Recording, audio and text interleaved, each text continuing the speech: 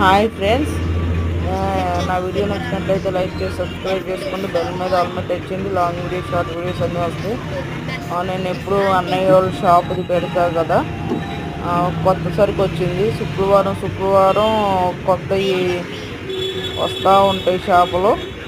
వచ్చినప్పుడల్లా చూపిస్తాడు అన్నయ్య. ఇక లాంగ్ వీడియోస్ పెట్టకుండా షార్ట్ వీడియోస్గా పెడదాం అనుకుంటున్నా. ఇంకా రెండు వీడియోస్ ఉన్నాయి. అవి ఇక్కడ మామూలుగానే పెట్టేస్తాను. ఎంత బాగుంటాయి, ఫ్రెష్గా ఉంటాయి.